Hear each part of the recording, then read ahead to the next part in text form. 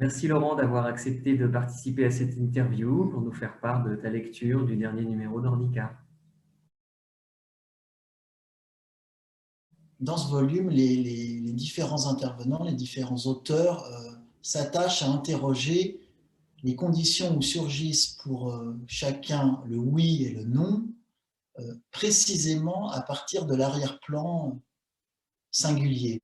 Et puis, au fond, il y a ce titre qui est percutant, consentir. Donc, c'est un verbe, tout seul. C'est un petit peu différent de dire le consentement, avec son article défini, qui semble justement le figer. En disant consentir, ça fait surgir l'idée d'un mouvement, d'aller vers quelque chose. Et au fond, ça souligne, il me semble, la décision d'un sujet qui est convoqué au moment de consentir ou pas. C'est pas sans évoquer la dimension de l'acte, dont on peut dire, dont on peut donner au moins deux caractéristiques. La première, c'est que les effets d'un acte sont imprévisibles. On ne pourra les lire qu'après coup, on pourra les cerner qu'à plus tard. Et la deuxième caractéristique, c'est qu'un acte dépasse toujours un petit peu le sujet qui a eu à poser cet acte. Il y a dans l'acte une dimension d'urgence. Cette dimension d'urgence, il me semble qu'elle a aussi été présente pour les auteurs des textes de ce numéro, puisqu'au fond, Christiane Alberti le note dès le liminaire. Je la cite, « L'urgence était de rendre au consentement sa complexité, explorer son dire multiple. » Le pari de ce volume est réussi puisque les textes qu'il compose sont incomparables et rendent compte précisément de la complexité du thème.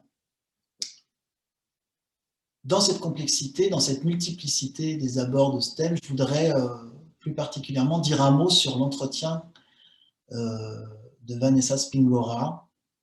Déjà, je voudrais faire remarquer que sans doute, on lui doit ce numéro d'Ornica, puisque c'est elle, avec son ouvrage paru début de l'année 2020, qui a propulsé ce signifiant de consentement sur la scène du monde, disons.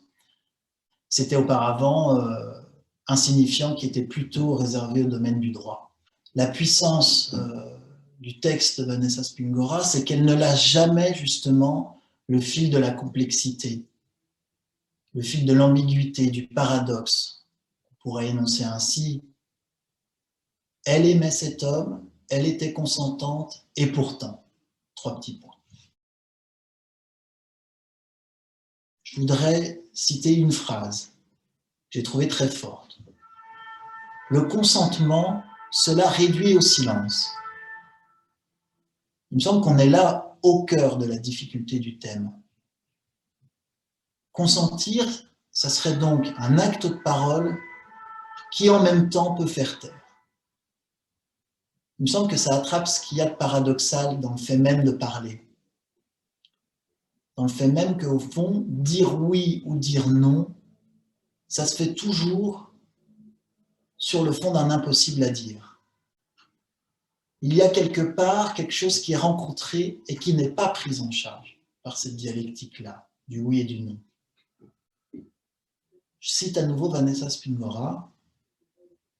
On consent toujours à quelque chose qui nous dépasse. En définitive, ce à quoi on consent, c'est finalement la mort. Comment mieux dire que cet acte de parole qui porte le nom de consentement se fait aussi sur le fond de l'existence d'un réel. Et je crois que c'est à partir de ce point-là qu'on peut avoir l'idée de ce dont Vanessa Spingora témoigne là dans l'entretien qu'elle donne, sur quoi elle a pris appui à plusieurs moments de sa vie pour se soutenir. Et je dirais ça ainsi, je dirais qu'elle est passée, enfin en tout cas qu'elle a fait un cheminement d'un consentement à un autre consentement. Alors oui, à un moment de sa vie, il y a eu un consentement à ce qui était sur le point d'arriver. Et puis, plus tard, elle a mis en fonction un autre consentement. Consentir à ne pas se taire. L'écriture de son livre, elle en témoigne ici, elle a aussi été possible grâce à plusieurs bonnes rencontres avec la psychanalyse. Elle s'est adressée plusieurs fois à un analyste. Ça, c'est un acte. C'est l'acte de ne pas se taire, quand bien même il y a de l'indicible.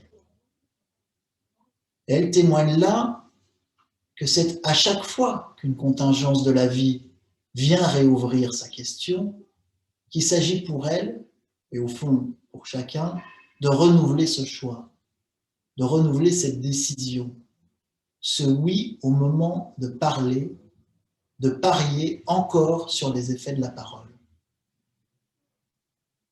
Il s'agit là d'un j'y vais au moment où un sujet a à se confronter à cette tâche très difficile, dire au mieux, au plus près, ce qui précisément ne peut pas se dire. Vanessa Springora témoigne avec force de cela, que ce consentement à ne pas se taire, ce n'est pas une fois pour toutes. Et je crois que ça va avec le consentir, qui n'est pas figé, qui n'est pas inerte, mais qui est en mouvement, qui est vivant. J'ai été sensible à ce que tu as amené à partir du témoignage de Vanessa Springora, ce que tu as relevé, qu'il s'est agi pour elle de passer d'un consentement à l'autre. Tu indiques que sa démarche d'écriture, elle a été soutenue par l'expérience analytique. Du coup, je me suis demandé finalement quelle place avait pris la psychanalyse. Elle témoigne ça très bien dans l'entretien qu'elle donne là.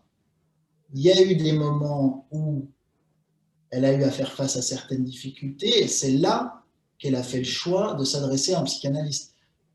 Au fond, ça, on pourrait presque dire que c'est valable pour chacun qui s'adresse à un psychanalyste. Entre guillemets, on pourrait dire ça allait pas si mal, et à un moment, quelque chose se passe qui fait qu'on va s'adresser à un psychanalyste parce qu'on ne s'y retrouve plus, parce qu'on rencontre une difficulté qu'on n'arrive pas à dépasser. Et donc là, la réponse, elle est du côté du sujet qui s'adresse à un psychanalyste, puisque c'est une façon de répondre à la mauvaise rencontre, à ce qui surgit à ce moment-là de bouleversant, à ce qui met à mal une existence. Au fond, il faut quand même consentir à l'idée que la parole puisse opérer sur ce qui nous fait difficulté dans la vie.